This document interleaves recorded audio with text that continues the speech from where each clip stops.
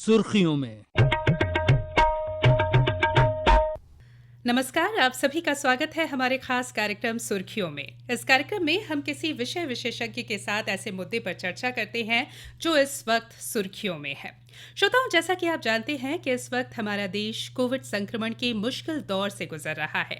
हालांकि हमारे प्रदेश में लगातार कम होते पॉजिटिविटी रेट और बढ़ते स्वस्थ दर की वजह से धीरे धीरे अनलॉक की प्रक्रिया भी शुरू हो चुकी है। तो किस तरह से कोविड-19 अनुकूल व्यवहार परिवर्तन अभियान और दूसरे प्रयासों से राज्य कोविड-19 के संक्रमण काल से उभरा और अब भी क्यों इस अप्रोप्रिएट बिहेवियर को यानी व्यवहार परिवर्तन को बनाए रखना जरूरी है, जानते हैं इस अंक में। हमारी विशेषज्ञ हैं आज की डॉक्टर अर्चना पुंडीर। आप उप संचालक हैं संचालनालय स्वास्थ्य सेवा IEC यानी इंफॉर्मेशन एजुकेशन एंड कम्युनिकेशन। अर्चना जी, बहुत बहुत स्वागत है आपका आकाशवाणी पर। जी नमस्कार जी। इस खुशनुमा सुबह में सभी श्रोताओं को मेरा नमस्कार और आपका बहुत बहुत धन्यवाद कि आपने मुझे इस मंच पे आमंत्रित किया। जी। अर्चना जी, सबसे पहले मैं आपसे यही जानना चाहूंगी, हम लोग लगातार 1 साल से ज़्यादा वक्त हो गया है जब कोविड के संक्रमण काल से गुजर रहा है हमारा पूरा देश, एक तरह से पूरी दुनिया ही। और एक ऐसा टर्म है जो कॉइन किया गया और जो लगातार हमारे जहन में बिठाने की कोशिश अभी भी जारी है और हम सब उस परिवर्तन को अपना कर ही कहीं न कहीं इस संक्रमण काल से निकलने की कोशिश में जद्दोजहद में लगे हुए हैं। और वो जो टर्म कॉइन किया गया वो है अप्रोप्रिएट बिहेवियर यानी व्यवहार परिवर्तन। तो किस तरह से इस शब्द को हम समझे, इस फ्रेज को हम समझे कि अनुकूल व्यवहार परिवर्तन क्या है और क्यों ये जरूरी है? जी बिल्कुल, बहुत ही अच्छा सवाल किया आपने। जैसा कि सभी को पता है, 11 मार्च 2020 को विश्व स्वास्थ्य संगठन द्वारा कोविड को एक वैश्विक महामारी घोषित किया गया। जी। महामारी से बचने के लिए अत्यंत आवश्यक है कि प्रत्येक व्यक्ति अपने व्यवहार में अनुकूल व्यवहार परिवर्तन को लाए। जी। भारत शासन द्वारा चिन्हित कोरोना संक्रमण रोकने हेतु करीब 15 अनुकूल व्यवहार हैं। जैसा कि आप सभी को पता है और हम सभी परिचित हैं कि वैज्ञानिक डार्विन, उनका सिद्धांत है कि बुद्धिमान तथा ताकतवर प्रजाति लंबे समय तक नहीं रह सकती। केवल वही प्रजाति दीर्घकालिक है जो कि परिस्थितियों के अनुसार अपनी जीवन शैली में परिवर्तन लाती है। बिल्कुल। जी, अब भारत शासन के जो 15 अनुकूल व्यवहार हैं वो इस प्रकार से हैं। दूर से अभिवादन करें, ना किसी से मिलाए हाथ। जी। आपस में 2 गज की दूरी जरूरी है। जी। घर से बाहर निकलने पर हमेशा मास्क पहने या फेस को कवर करें। जी। बार बार अपनी आंख, नाक, मुंह को छूने से बचें, क्योंकि एक बार दूषित होने पर आपके आंतों के माध्यम से वायरस आपकी आंख, नाक तथा मुंह को संक्रमित कर सकता है। जी। उसके बाद है स्वच्छता बनाए रखना ना। खांसते और छींकते समय अपने मुंह और नाक को टिश्यू, रुमाल या बाजू से ढकें। सोशल संबंधी शिष्टाचार का पालन करें, किसी के भी ऊपर छींके नहीं, खांसे नहीं। जी। उसके बाद है कि हमें हाथों को नियमित रूप से बार बार साबुन से या पानी से हाथ धोना है। यदि वो उपलब्ध नहीं है तो अल्कोहल युक्त सैनिटाइजर का उपयोग करें। जी। सार्वजनिक स्थानों पर न थूकें। तंबाकू, गुटखा, खैनी, पान आदि खाकर यहाँ वहाँ न थूकें। याद रखें कि इन तंबाकू, बीड़ा, सिगरेट से कैंसर भी होता है। बिल्कुल। बार बार छुई जाने वाली सतहों को नियमित रूप से संक्रमित करना बहुत आवश्यक है। जी। अनावश्यक यात्रा से बचें, तभी करें जब ये बहुत जरूरी हो। जी। कोरोना को लेकर किसी से भेदभाव ना करें, इसके विपरीत दूर रहकर भी सहायता करें। जी। आज की परिस्थिति में हमारे डॉक्टर्स, नर्स, पुलिस, सफाई कर्मचारियों का मनोबल बढ़ाएं, जो कि दिन रात हमारी सुरक्षा में लगे हुए हैं। यह समय है ख्याल रखने का, संवेदना का, विश्वास का, सम्मान का और प्रोत्साहन देने का। जी। अनावश्यक भीड़ भाड़ इकट्ठा ना होने दें, भीड़ भाड़ में जाने से बचें ना। सामाजिक समारोह में कम से कम जाएं और भीड़ भाड़ वाली जगहों को कहें ना। जैसा कि हमारी शासकीय निर्देश भी समय समय पर निकल रहे हैं, उनका पालन करें। जी। महत्वपूर्ण आयोजन अगर स्थगित नहीं किए जा सकते हैं तो मेहमानों की संख्या को कम से कम रखें। जी। फिर आवश्यक है कि अफवाहों पर ध्यान ना दें। असत्यापित और नकारात्मक जानकारी को सोशल मीडिया पर प्रसारित ना करें। बिल्कुल। है ना, जरूरी हो जाता है कि हमें सूचना के भरोसेमंद स्रोतों से ही जानकारी लें। जी। कोरोना के विषय में जानकारी के लिए भारत शासन तथा प्रदेश शासन के टोल फ्री नंबर 1075-104-181 पर कॉल करें। जी। और जैसा कि मैं आप सबको बताना चाहूंगी कि हमारे प्रत्येक जिले में DCCC क्रियाशील है, जो कि डेडिकेटेड कोविड कंट्रोल सेंटर है। जी। वहां से भी हम फोन करके जानकारी ले सकते हैं इन नंबरों पर। बिल्कुल। और सबसे महत्वपूर्ण आखिरी व्यवहार कि आपस में सभी एक दूसरे को मनोवैज्ञानिक रूप से सहयोग प्रदान करें। और कोई भी डिप्रेशन होने पे, निराशा हावी होने पर फ्री नंबर जो राज्य शासन भारत शासन का नंबर है 08046110007 पर अपने समाधान हेतु कॉल कर सकते हैं। बिल्कुल। जैसा कि एक अंग्रेजी में कहावत है कि speech in time saves time, समय पर उपचार जोखिम से बचाएं। जी। ये अनुकूल व्यवहार है जो कि हम जिन्हें आत्मसात करेंगे तो बिल्कुल हम कोविड महामारी को आसानी से हरा सकते हैं। जी। अर्चना जी, ये जितने बिंदु आपने बताए, ये जितने अप्रोप्रिएट बिहेवियर या अनुकूल व्यवहार के जो बिंदु हैं जिन्हें चिन्हित किया गया है भारत शासन द्वारा, जो आपने गिनाए, ये ऐसा लगता है इनको सुनकर कि ये सिर्फ इस समय के लिए नहीं है, ये सिर्फ कोविड संक्रमण काल के लिए नहीं है, ये तो हमारी दिनचर्या का हिस्सा होना चाहिए कि हम हमेशा स्वच्छता का, साफ सफाई का ध्यान रखें, हर बार हाथों को अच्छे से धोएं, हर बार जब भी हम छींके खांसे तो रुमाल का, टिश्यू का इस्तेमाल करें और हमेशा हम एक दूसरे का साथ दें और अनावश्यक चीज़ों से बचें। कहीं ना कहीं इस कोविड ने हमें ये भी सिखा दिया है कि जिन्हें हमें लगता था कि इनके बिना हमारा जीवन नहीं चल सकता, ये सब शायद मिथ्या है, मिथक है। हम बहुत सारी ऐसी चीज़ें हैं जो अनावश्यक रूप से करते हैं, उनके बिना भी हमारी ज़िंदगी बहुत अच्छे से चल सकती है। और प्रकृति से हम जितना जुड़ाव अपना रखेंगे, प्रकृति को जितना बचाकर सहेज कर रखेंगे, प्रकृति भी उतना ही हमें भी सहेज कर रखेगी। तो क्या आप मानती हैं कि ये जो अप्रोप्रिएट बिहेवियर या अनुकूल व्यवहार परिवर्तन अभियान चलाया गया है, वो सिर्फ अभी के लिए नहीं है, वो हमेशा के लिए है, और इसीलिए जो आपने शुरू में कहा कि इसे आत्मसात करना ज़रूरी है, तो ये वाकई में बहुत ज़रूरी है। बिल्कुल, ये व्यवहार जो हम अपने आप में आत्मसात करेंगे वो न सिर्फ कोविड से, जबकि हम हर तरह की स्वच्छता को रखते हुए किसी भी तरह के संक्रमण से, किसी भी तरह की बीमारी से हम दूर रह सकते हैं। तो इन परिवर्तनों को तो जो है हमेशा ही हमें अपने जीवन शैली में ले आना चाहिए। बिल्कुल। अर्चना जी, अभी हम देख रहे हैं कि ये जो एक तरह से जो सेकेंड वेव जिसे हमने कहा कोविड का, वो आया और बहुत ही भयावह रहा पूरे देश के लिए भी, खासकर प्रदेश के लिए भी। धीरे धीरे इससे हम उभर रहे हैं। अब जो है पॉजिटिविटी रेट जो है बेहद कम हो गई है प्रदेश में, और कुछ ही ज़िले बचे हैं जहां पर 20 से ज़्यादा संक्रमित रोज़ मिल रहे हैं, जिनमें इंदौर, भोपाल, सागर, इस तरह के कुछ ज़िले हैं, जबलपुर। इसके अलावा अगर राज्य की हम बात करें तो पॉजिटिविटी रेट बहुत घट गई है, इसलिए धीरे धीरे अब अनलॉक हो रहा है, चीज़ें खुल रही हैं, जीवन शैली धीरे धीरे हमारी सामान्य हो रही है। हम समान एक जीवन शैली जैसा पहले जीते थे, जिसे हम रूटीन कहते थे, उसकी तरफ लौट रहे हैं। लेकिन क्या आपको लगता है ऐसे में होता क्या है? लोगों की ये मानसिकता है कि अगर लॉकडाउन हट गया, कोरोना कर्फ्यू हट गया, मतलब कोरोना चला गया, अब सब पहले जैसा हो गया है, हम बाहर निकल सकते हैं, बिना मास्क के निकल सकते हैं, या कई लोगों का मानना है कि हम तो अब वैक्सीनेटेड हैं, हम जैब्ड हैं, तो हम सुरक्षित हैं, हम बाहर जा सकते हैं। तो इस विचारधारा में अभी भी बदलाव की ज़रूरत है? बिल्कुल सही कहा आपने, क्योंकि हम ये सोच रहे हैं कि अनलॉक हुआ है, हम अनलॉक हुए हैं, लेकिन कोरोना अनलॉक नहीं हुआ है। बिल्कुल। जैसा कि हम देखें, पिछले साल जब से कोरोना की शुरुआत हुई थी 2020 से इस समय 2021 में हम आ चुके हैं, और कितने बार लॉकडाउन हुआ है जी। इसके दुष्परिणाम से हम लोग भली भांति वाकिफ हैं। बिल्कुल। हम सभी ने मानसिक, आर्थिक नुकसान सहा है, भय और चिंता से घरों में कैद रहा है, कई लोगों ने अपने अपनों को खोया है। बहुत कठिन है, परंतु कोविड संक्रमण की चेन को रोकने के लिए आवश्यक कदम था। जी। कोरोना के चलते पूरे देश विदेश में त्राही त्राही मची हुई है, और कुछ लोग व्यवस्था को कोस रहे हैं, कुछ लोग साथ भी दे रहे हैं। लेकिन देखिए कि जब जब बीच बीच में एक अंतराल पे लॉकडाउन खुला, तो लोग बिना मास्क लगाए घूमे, सोशल डिस्टेंसिंग का पालन नहीं किया, समारोह आयोजन शुरू हो गए।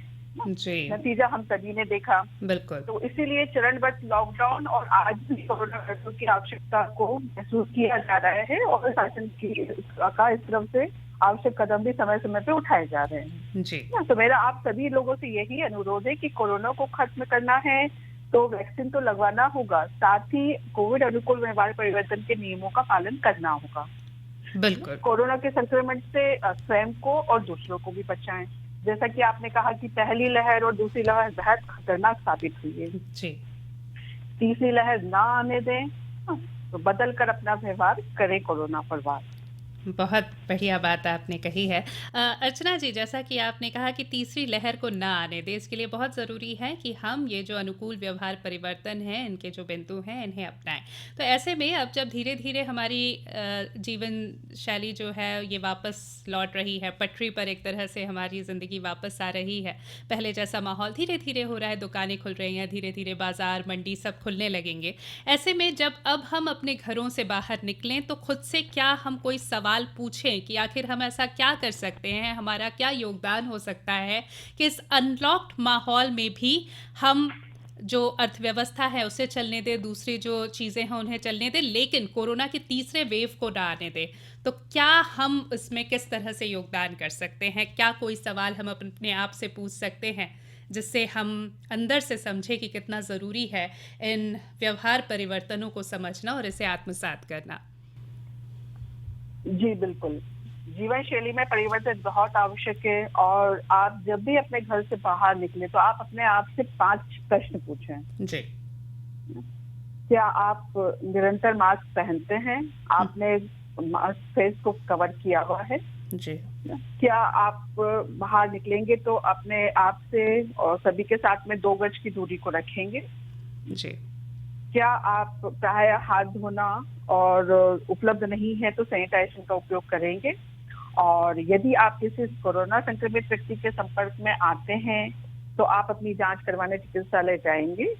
और यदि आपको बुखार, खांसी, सांस में तकलीफ हो रही है तो आप चिकित्सक से सलाह लेकर उपचार करवाएंगे? यदि इन सभी उपरोक्त प्रश्नों के उत्तर हाँ में हैं तो आप सुरक्षित हैं। जी। जी, तो बहुत एक आसान सा टेस्ट है जो हम अपने आप के साथ कर सकते हैं, वो है कि जब भी हम घर से बाहर निकले तो ये 5 सवाल जो है हम अपने आप से पूछें कि क्या हम 2 गज़ की जो दूरी है उसे बनाए रख रहे हैं, मास्क पहन रहे हैं, सही तरीके से सही मास्क पहन रहे हैं, ये भी ज़रूरी है, हाथों को बार-बार धो रहे हैं, सैनिटाइज़ कर रहे हैं, मुँह पर तो नहीं लगा रहे हैं। कोरोना संक्रमित व्यक्ति के अगर हम सही संपर्क में आए हैं तो हम अपनी भी जाँच कराएँ और अगर हमें बुखार, खाँसी, सांस में तकलीफ, ऐसे कोई भी लक्षण नजर आ रहे हैं तो चिकित्सक से सलाह भी लें। अर्चना जी, यहाँ मैं ये भी जानना चाहूंगी कि ये जो आपने प्रश्न बताया इसमें आखिरी के जो 2 प्रश्न थे कि एक तो कि हम कोरोना संक्रमित व्यक्ति के संपर्क में आए तो हम अपनी भी जांच कराएं, दूसरा कि अगर हमें खुद में कोई लक्षण नजर आ रहे हैं, हमारे परिवार के लोगों में कोई लक्षण आ रहे हैं तो देर ना करें, चिकित्सक की सलाह लें।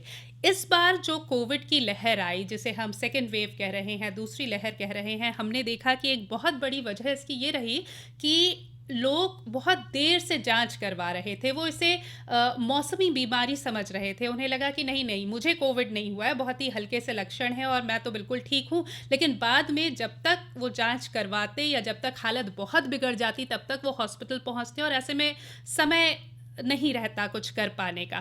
तो इस चीज़ को लेकर इस बार सतर्कता ज़्यादा बरतने की ज़रूरत है, आपको लगता है? बिल्कुल, क्योंकि हमारी दरअसल अपने जो हम पब्लिक को देखें तो हमारे यहाँ जो डॉक्टर से सलाह लेना तो फिर अपनी जगह पर है, बट हम ही खुद अपने आप में डॉक्टर बन जाते हैं। जी। तो कई चीजों के लिए हमें जो आवश्यकता अनुसार कि हाँ हमें तुरंत जिन चीजों पर निर्णय लेना चाहिए हम उन पर निर्णय नहीं ले पाते हैं। तो उस फेज में हम अपनी बीमारी को ज्यादा बढ़ा लेते हैं। इनफैक्ट आपने ये भी देखा होगा कि जो कोविड पॉजिटिव आए उन्होंने बाद में श्वसन संबंधी कोई दिक्कत हुई, सीटी स्कैन करवाया तो उसमें चेंजेस आए। तो जरूरी यही है कि आपको कुछ भी लक्षण होता है, मतलब आप किसी भी सर्दी खांसी जुकाम जो लक्षण है वो हम हमेशा ये सोच के इग्नोर कर देते हैं कि वायरल बीमारी है। बिल्कुल।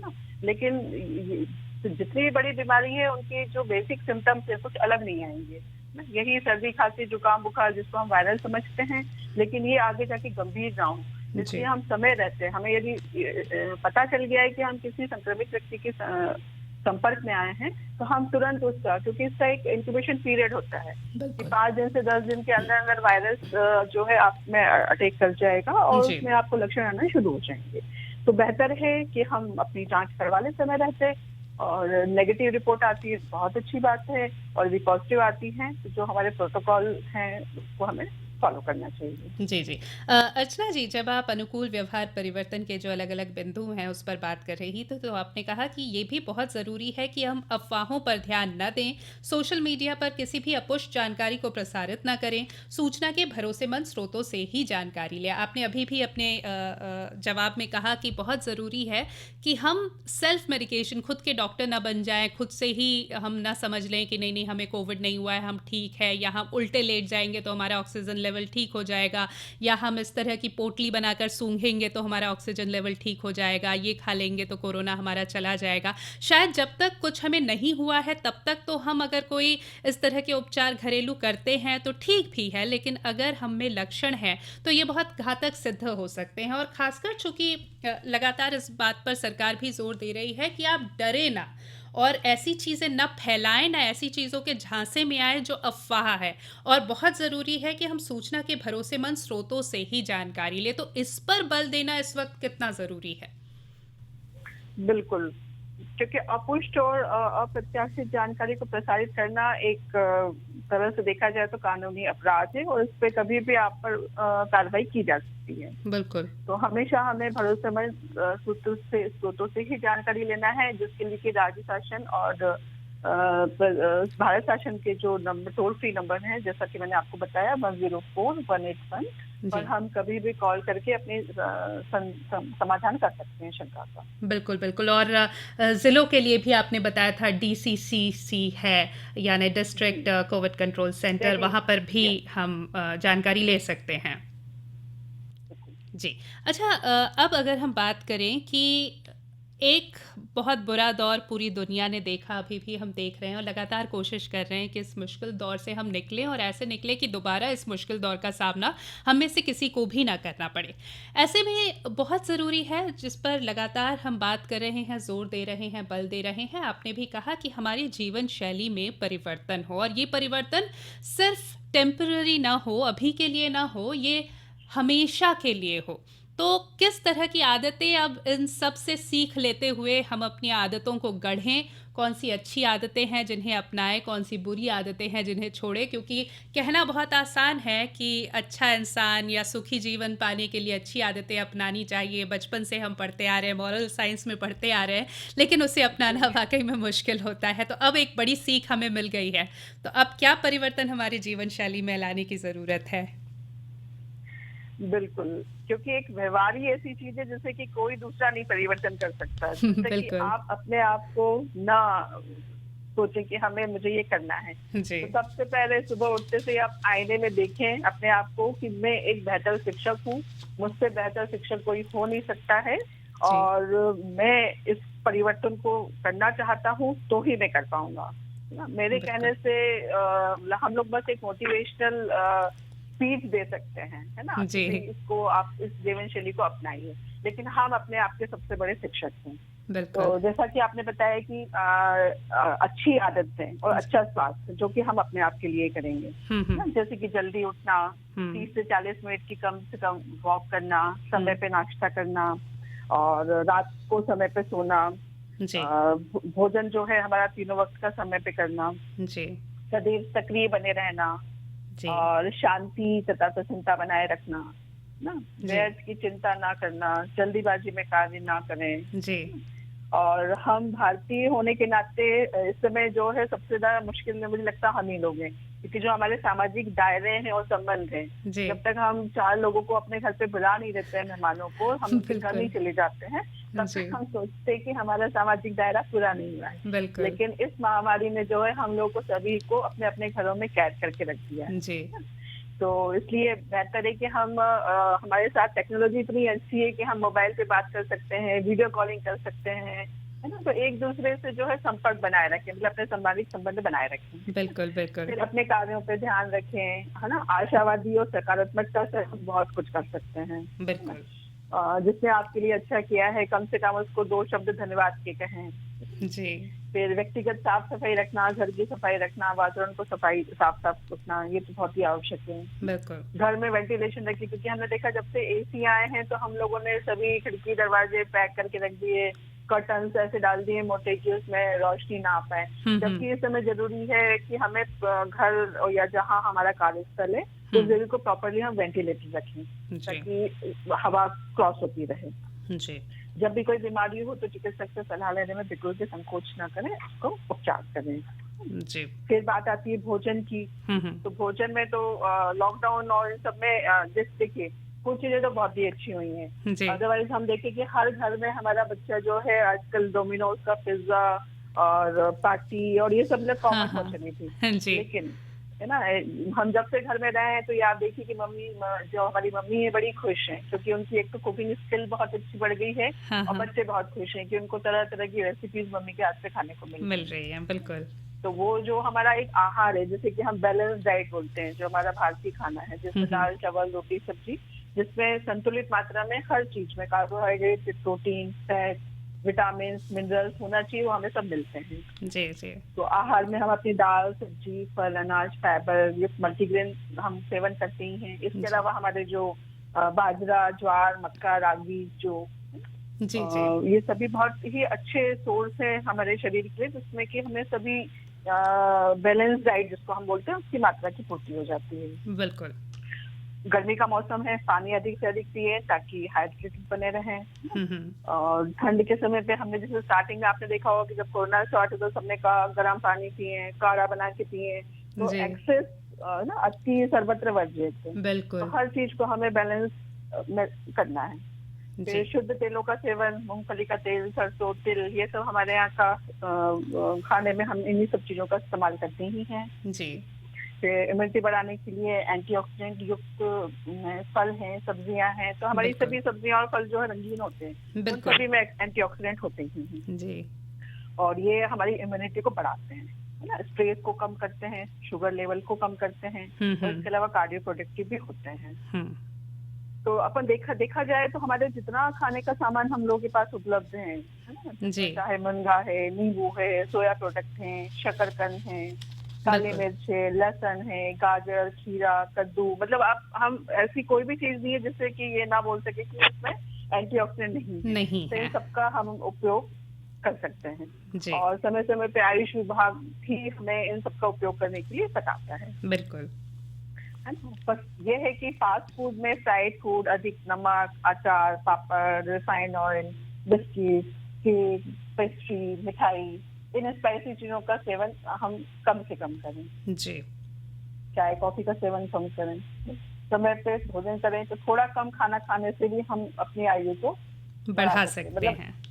कहते हैं ना कि खाने के लिए जीना जरूरी नहीं है, जीवन के लिए खाना जरूरी है। बिल्कुल।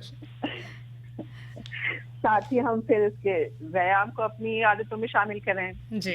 अभी हम बाहर नहीं जा पा रहे हैं तो हम घर में ही अपनी कुछ एक्सरसाइज कर सकते हैं, हल्का फुल्का व्यायाम कर सकते हैं, योगा है, मेडिटेशन है, ब्रीदिंग एक्सरसाइज, इन सब चीजों से ऑक्सीजन का लेवल बढ़ता है। बिल्कुल। हाँ, तो हम अपना वजन नियंत्रित रखें, हमारा BMI 25 से ज्यादा ना हो, अधिक समय पे कुर्सी पे ना बैठे रहें, काम ना करते रहें, लगातार टीवी ना देखें, हम बुक्स पढ़ सकते हैं, अच्छा साहित्य पढ़ें जी, और सभी के लिए दया और सहयोग की भावना को रखें। बिल्कुल जी। बाकी हम देखें कि हमारा जो जीवन शैली ऐसी ना हो, बट हम देख ही रहे हैं कि हमारे डायबिटीज, हाई BP, हार्ट की बीमारी के मरीज भी समय समय पे बढ़ ही रहे हैं जी। तो समय पे अपना जांच और उपचार भी कराना जारी रखें ताकि अपनी बीमारी को नियंत्रित कर सके। जी। तो एक बिल्कुल संतुलित जीवन शैली अपनाकर जो है हम सिर्फ वर्तमान में जो ये एक मुश्किल दौर चल रहा है इससे नहीं गुजर सकते, बल्कि इससे तो हम गुजरेंगे ही, लेकिन एक पूरी हमारी लाइफस्टाइल अगर हम सुधार लें, हम सब सुधार लें, तो इस तरह की कोई बीमारी कभी और शायद हम पर इस तरह से हमला कर ही ना। तो ये भी बहुत ज़रूरी है कि हम अपनी जीवन शैली में इस तरह के परिवर्तन जो हैं करते रहें। मैं ये भी आपसे जानना चाहूँगी अर्चना जी कि और ऐसी कौन-सी चीज़ें हैं? आपने कहा कि अगर आप डायबिटिक हैं, अगर आप बीपी के मरीज़ हैं, जो कि बहुत सारे हमारे पॉपुलेशन का एक बड़ा हिस्सा है, जो अब इन सब चीज़ों से अफ़ेक्टेड है।